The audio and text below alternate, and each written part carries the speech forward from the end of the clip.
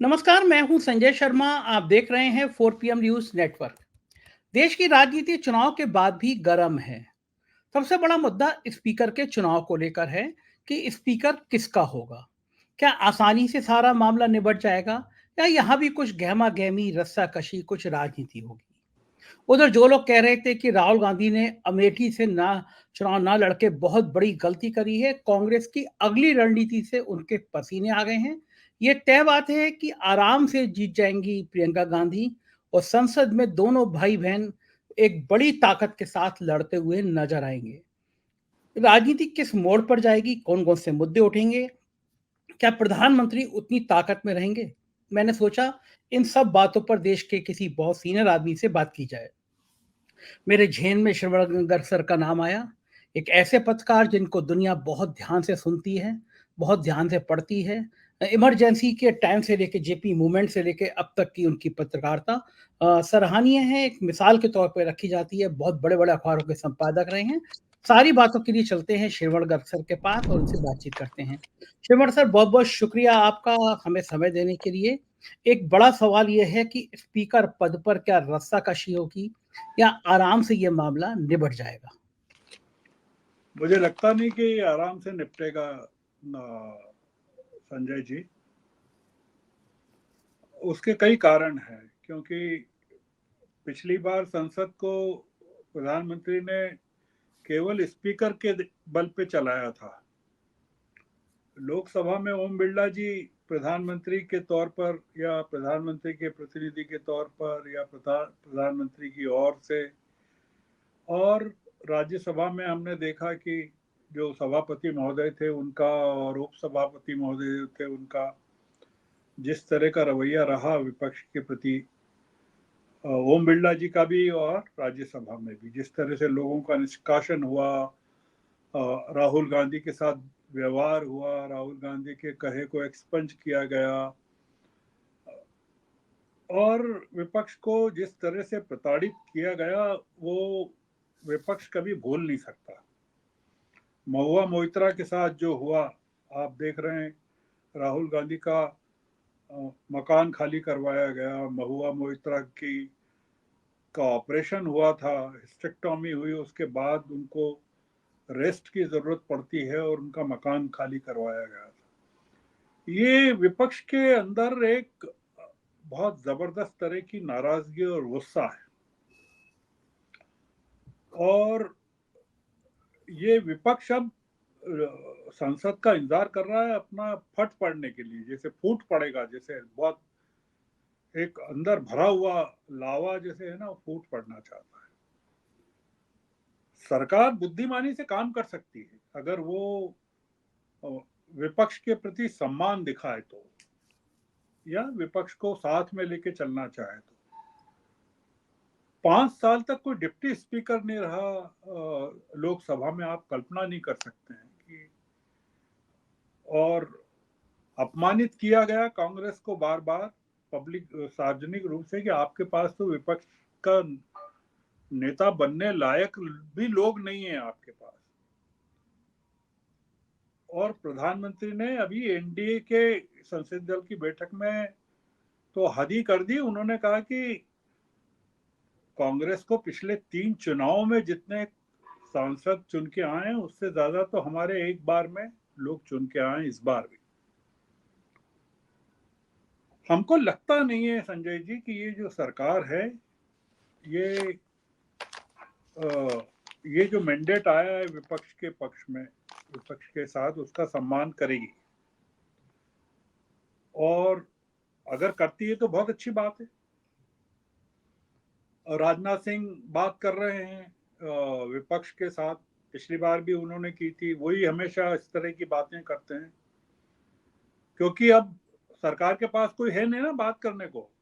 सरकार के पास तो, जैसा मैंने कहा है, कि बोतल भी पुरानी है और शराब भी पुरानी है, तो इसलिए वो के वही लोग हैं, वही मंत्रिमंडल है, वही चेहरे हैं, वही पोर्टफोलियोज हैं, सब कुछ वही है। प्रधानमंत्री चाहें और गृह मंत्री चाहें तो महसूस कर सकते हैं कि वो अब कमजोर हो गए हैं, और इस साल के आखिर में महाराष्ट्र और हरियाणा के चुनाव होंगे, अगले साल दिल्ली के चुनाव होंगे, झारखंड के चुनाव होंगे, बिहार के चुनाव होंगे, उसके अगले साल 27 में उत्तर प्रदेश के चुनाव होंगे।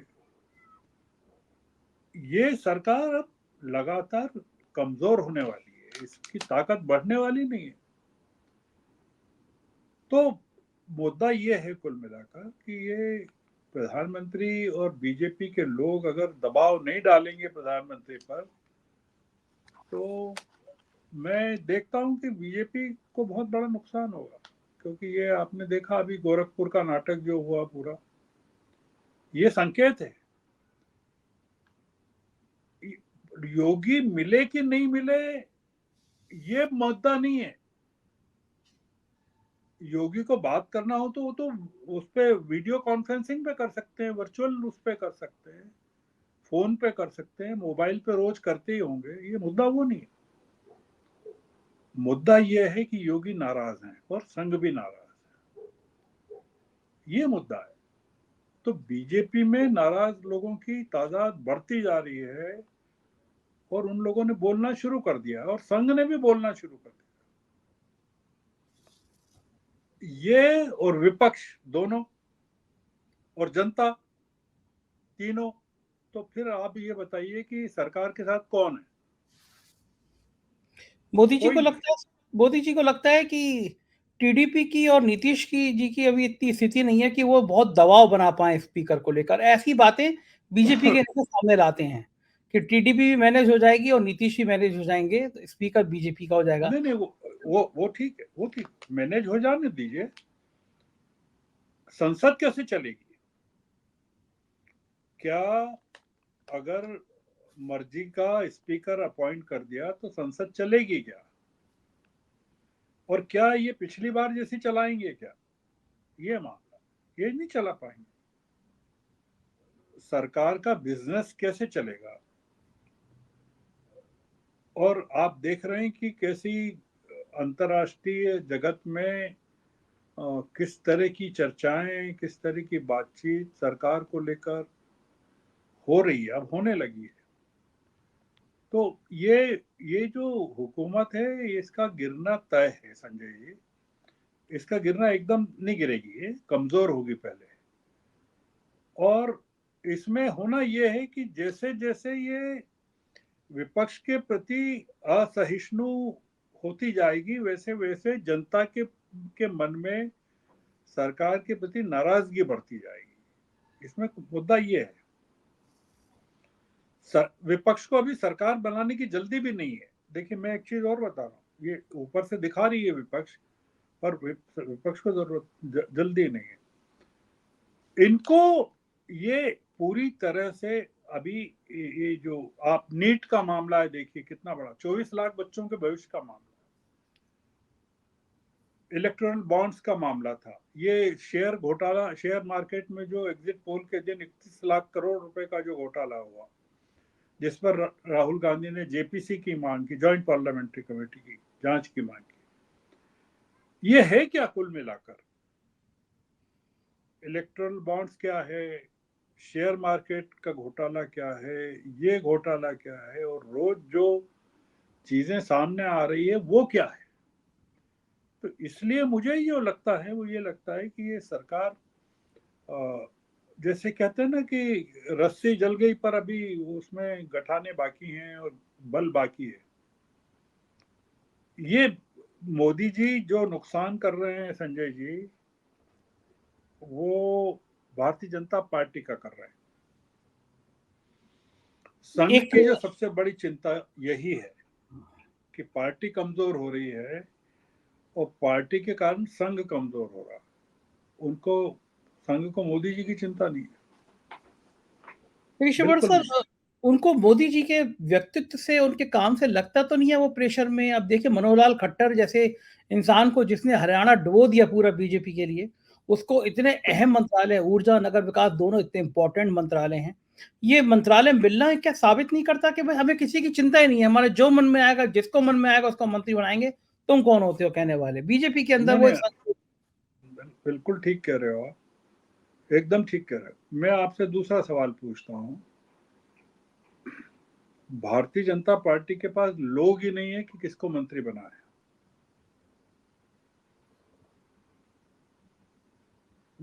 रोड का और ये जो सड़क परिवहन का जो पूरा मामला गडकरी को दिया है, और गडकरी ने इतना अच्छा काम किया है। आप कोई नाम बता दीजिए कि जिसको ये कोई दूसरा आदमी संभाल सकता है। एग्रीकल्चर में जो मध्य प्रदेश ने काम किया, काफी काम किया, लगातार नंबर 1 रहा मध्य प्रदेश एग्रीकल्चर में, शिवराज सिंह को दिया। खट्टर को अगर मुख्यमंत्री बनाया जा सकता है कि राज्य का, हरियाणा के राज्य का, तो केंद्र में विभाग भी दिया जा सकता है, उसमें क्या दिक्कत है। इन्होंने तो, आप पाएंगे कि अगर वो मोहन यादव जो है मध्य प्रदेश के, उनको हटा के वो केंद्र में लाएंगे तो हो सकता है कुछ बड़ा विभाग दे दें। मोदी जी के पास लोग नहीं है संजय जी, और विपक्ष के पास लोगों की भरमार है, इतने लोग हैं। तो इसलिए ये सरकार अब अपने ही बोझ से चरमराने वाली है, आप देखिएगा। और दूसरा ये कि आपको एक सवाल और पूछना चाहिए कि कोई तो कारण होगा ना कि रविशंकर प्रसाद जैसे आदमी को फिर पहले मंत्रिमंडल से बाहर किया, अब वो चुनाव के बाद जीत के आए तो फिर से उनको कुछ दिया नहीं। तो क्या कारण है? कोई बड़ा कारण होना चाहिए ना। तो ये ऐसे कई लोग हैं जो जिनको मोदी जी के नजरों से वो उतर गए तो उतर गए, चढ़ गए तो चढ़ गए। तो ये विभागों का कोई लेना देना नहीं। देखिए, विभाग तो सेक्रेटरी चलाते हैं। एक चीज आप ये मान के चलिए कि ये मंत्रियों को कोई मंत्रियों को तो वो बताते हैं कि साहब ऐसे चलना है आपको।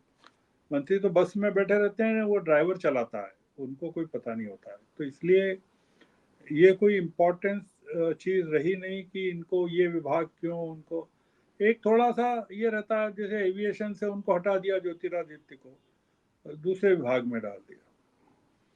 तो पर प्रफुल्ल पटेल को नहीं बनाया उन्होंने, और इसको लेकर जो पवार है वो नाराज भी हैं, प्रफुल्ल पटेल भी ना।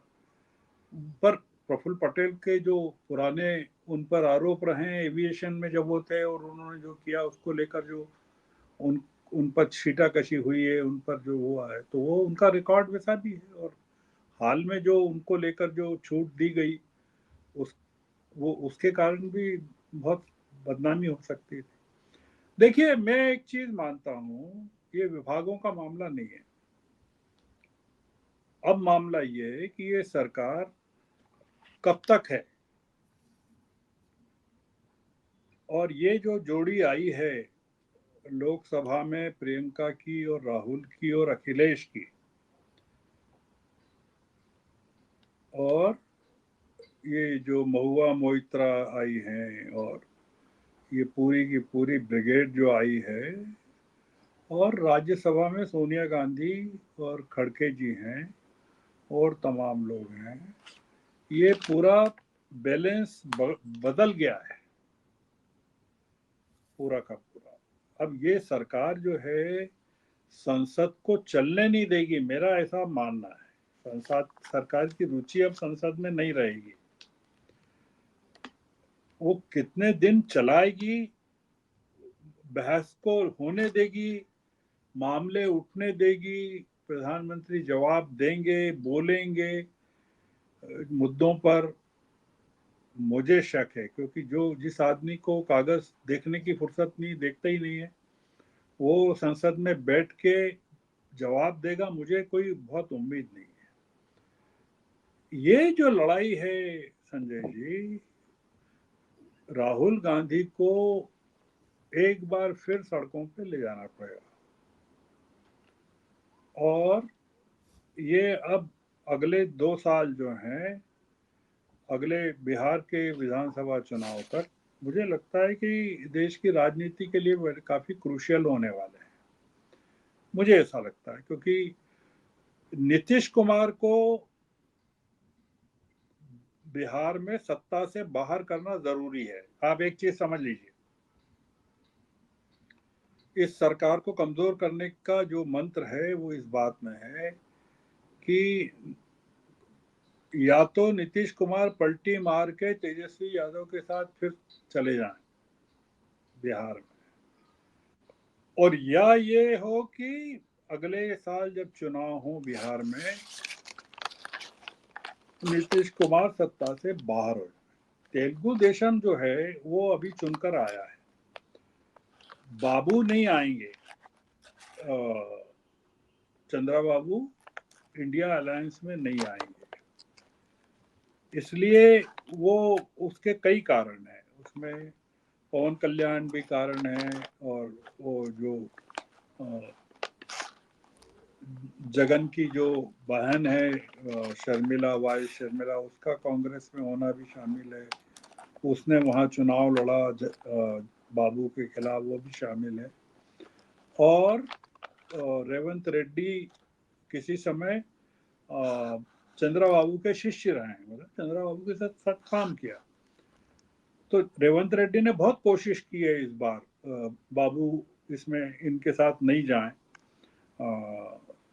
एनडीए के साथ उन्होंने काफी कोशिश की, उनके बहुत अच्छे संबंध है रेवंत के चंद्रा बाबू,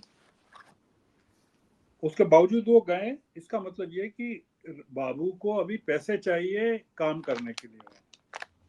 चंद्रा बाबू को दो काम करना है वहाँ, एक तो जगन रेड्डी को जेल में भेजना है, अमरावती को कैपिटल के रूप में डेवलप करना है, और आंध्र के लिए स्पेशल पैकेज चाहिए,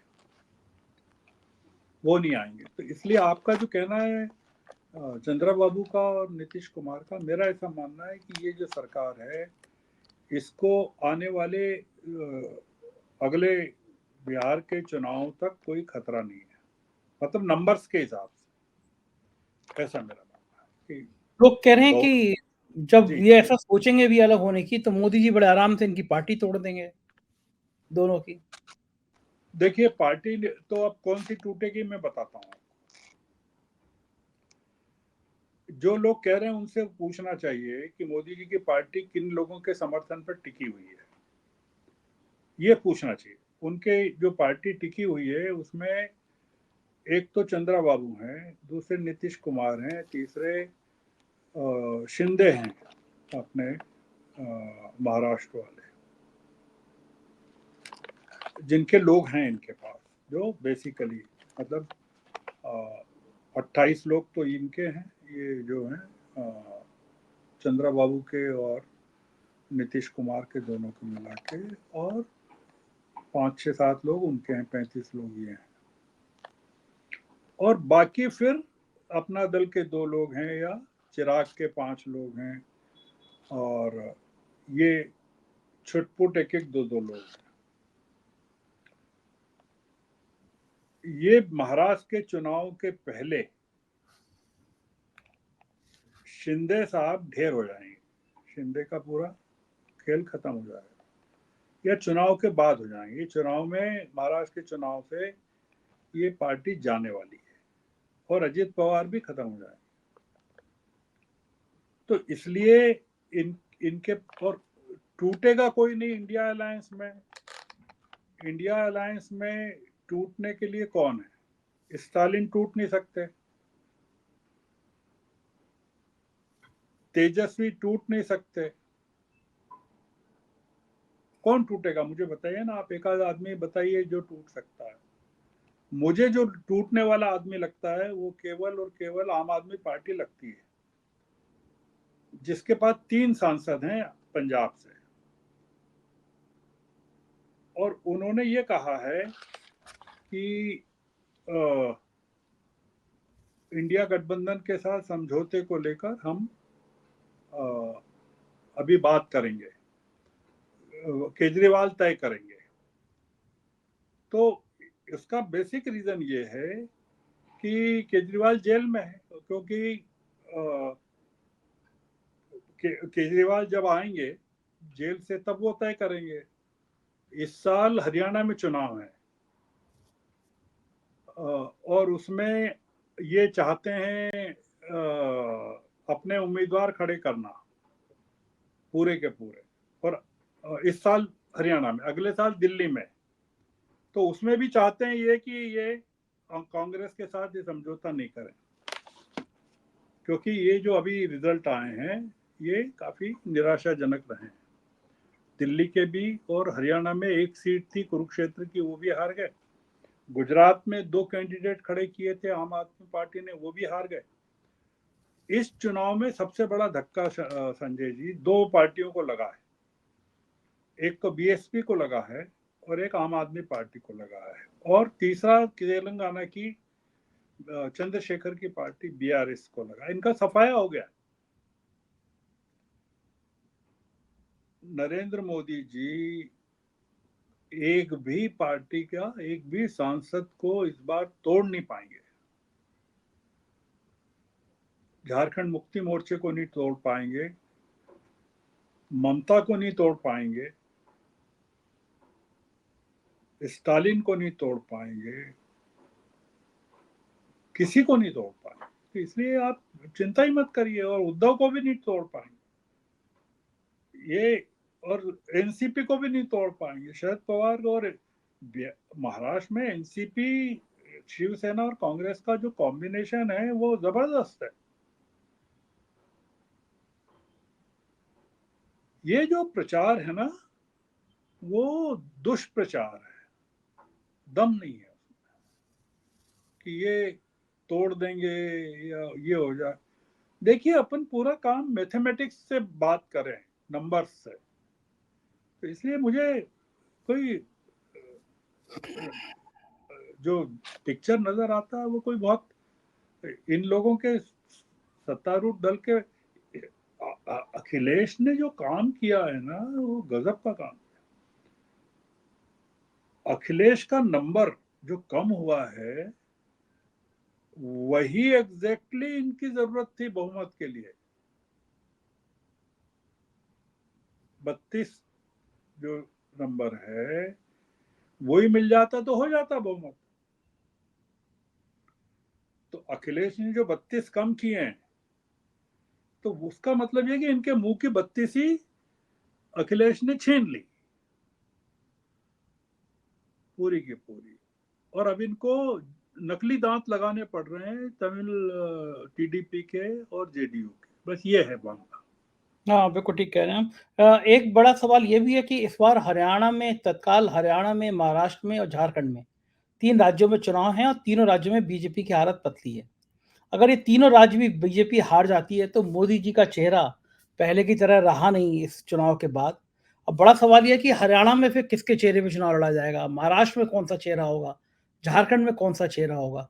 और बिना चेहरे के अगर, झारखंड में अगले साल है, इस साल नहीं हाँ, है। झारखंड में अगले साल है, तो इंदर कौन से, इन राज्यों में कौन से चेहरे होंगे, हरियाणा में, महाराष्ट्र में चेहरा क्या होगा? किसके पास? बीजेपी के पास चेहरा कौन होगा, किसके नाम से कोई नहीं चुनाव? है, किसी भी राज्य में नहीं है। आप क्या बात कर रहे हैं? और ये अगर मोदी जी मोदी का जी चेहरा के होगा तो मोदी काम जी के करेगा? चेहरे मोदी जी के चेहरे पे तो हार चुके हैं सब जगह। फिर अब ये किसका पूरा चेहरा? चुनाव, हाँ, ये जो चुनाव लड़ा मोदी जी के चेहरे पे ही तो लड़ा है, उत्तर प्रदेश में, महाराष्ट्र में, हरियाणा में, जहाँ सफाया हो गया पूरा का पूरा। तो अब हरियाणा और महाराष्ट्र में चेहरा किसका मोदी के सामने लाएंगे, नहीं लाएंगे? देखिए, महाराष्ट्र में और हरियाणा में अब ये लोकल आदमी का चेहरा लाना पड़ेगा इनको, मोदी जी का चेहरा काम नहीं आएगा। अब ये जो स्ट्रेटेजी जो भी हो, मोदी जी का चेहरा फ्लॉप हो चुका है, और इनको कुछ, जैसे अभी इन्होंने हरियाणा में क्या किया, एक्सपेरिमेंट किया, और वो एक्सपेरिमेंट ये किया, इनको लगा, एक धारणा बन गई कि ये मुख्यमंत्री बदलते हैं और वहां जीत हो जाती है, ऐसा इनका मानना है।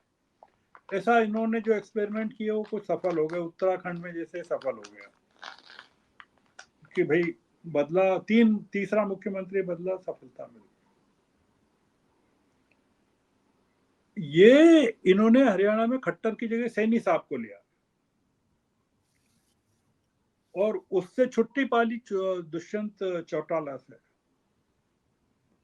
जाट वोट डिवाइड करने के लिए। 10 की 10 सीटें थी, उसमें से 5 चली गई कांग्रेस के पास। कल्पना नहीं कर सकते, इतनी नाराजगी है हरियाणा में किसानों के बीच में। ये जो बेटियां हैं जिनका पूरा मामला है, आपको तो पता ही है, जो खिलाड़ी बेटियां हैं, पहलवान बेटियों का जो पूरा मामला है, फार्मर्स का जो एजिटेशन है, उसका जो मामला है, हरियाणा में मोदी जी के पास लोग ही नहीं है कोई जिसको ये चेहरे के तौर पर पेश कर सके, और महाराष्ट्र में भी नहीं है। तो इसलिए आप मान के चलिए कि ये जो संघ की चिंता क्या है, आप ये बताइए मुझे। जो आरएसएस की चिंता क्या है? आरएसएस की चिंता ये है कि महाराष्ट्र गया हाथ से और संघ डूब गया, ये है चिंता।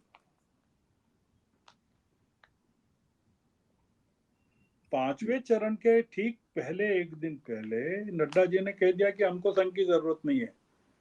महाराष्ट्र की 13 सीटों पे चुनाव था अगले दिन, उसमें 6 या 7 सीटें बंबई की थी, निपट गए पूरे। जाहिर है कि आरएसएस की चिंता मूलतः महाराष्ट्र है। सही कह रहे हैं, वो बहुत सेंसिटिव राज्य है, आर्थिक दृष्टि से बड़ा सेंसिटिव राज्य है। नहीं, सावरकर, शिवाजी महाराज और हिंदुत्व सब तो सब वही है, और कहाँ है? सब वही है। एक एक आखिरी सवाल शिवरकर सर की, बीजेपी और संघ के बीच भाजपा के राष्ट्रीय अध्यक्ष को लेकर भी मंथन चल रहा है, रस्साकशी चल रही है। क्या लगता है आपको, भाजपा का राष्ट्रीय अध्यक्ष कौन होगा? भाजपा का राष्ट्रीय अध्यक्ष जो है, संघ चाहता है उनकी पसंद का आदमी बने, और वो चाहता होगा। मतलब चाहता है, मैं इसलिए नहीं कह रहा हूं कि मुझे क्या पता क्या चाहता। उनका मानना यह है कि बीजेपी पर कंट्रोल जरूरी है, और आरएसएस बीजेपी प्रेसिडेंट के तौर पर ऐसे चेहरे को चाहता है जिसको वो मोदी जी के विकल्प के रूप में, प्रधानमंत्री पद के चेहरे के रूप में एंडोर्स कर सके। और इस सिलसिले में संघ के पास, जो मैं पढ़ पा रहा हूं, 2 चेहरे हैं। एक तो गडकरी का है और एक शिवराज सिंह का है,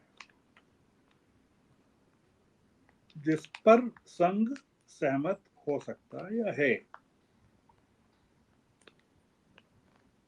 मोदी जी इन दोनों में से किसी को नहीं बनाएंगे। मोदी जी बनाएंगे तो जो चर्चा में नाम है, सुनील बंसल का नाम है, तावड़े जी का नाम है। आश्चर्यजनक रूप से टेलीग्राफ में स्मृति ईरानी का भी नाम छपा है, फोटो छपा है प्रेसिडेंटशिप के लिए बीजेपी की। भयंकर विरोध होगा, बीजेपी में भी होगा और संघ में भी होगा अगर उनको बना दिया तो। सुनील बंसल जी की इमेज प्रेसिडेंट के तौर पर तो ठीक हो सकती है, हालांकि बंगाल के भी प्रभारी थे, बंगाल में उनका काम सफल नहीं हुआ। उनका काम केवल तेलंगाना में और उड़ीसा में सफल हुआ, जो अभी वो 3 जगह के प्रभारी थे। तावड़े साहब मराठवाड़ा के हैं, मराठवाड़ा में आंदोलन चल रहा है रिजर्वेशन को लेकर। मराठा, मतलब उत्तरी महाराष्ट्र में भी नाराजगी है, फार्मर्स भी नाराज हैं, महाराष्ट्र में रिजर्वेशन को लेकर भी नाराजगी है। फार्मर्स में बहुत नाराजगी है कि उनको अब उनकी दालों के दाम ठीक से मिल नहीं रहे हैं। एक्सपोर्ट पॉलिसी जो है ओनियन को लेकर, वो उल्टी सीधी है इनकी सरकार की। तो महाराष्ट्र में काफी नाराजगी है। पर जो पार्टी का प्रेसिडेंट होता है, वो केवल एक राज्य के इंटरेस्ट के हिसाब से नहीं बनता है कि महाराष्ट्र में चुनाव है तो तावड़े जी को बना दो, ऐसा नहीं बनता है। एक पूरी, जिसको कहना चाहिए कि पूरे राष्ट्रव्यापी, देशव्यापी एक्सेप्टेबिलिटी या इमेज होना चाहिए उस आदमी की, कि लोग जानते हों। बीजेपी में इस मामले में केवल 2 आदमी हैं और उसमें पहले नंबर पर गडकरी है और दूसरे पे शिवराज सिंह है। अगर ये बना दें संघ की बात मानकर, तो मैं ऐसा मानता हूं कि संघ को और बीजेपी दोनों को काफी फायदा होगा, मेरा ऐसा मानना है।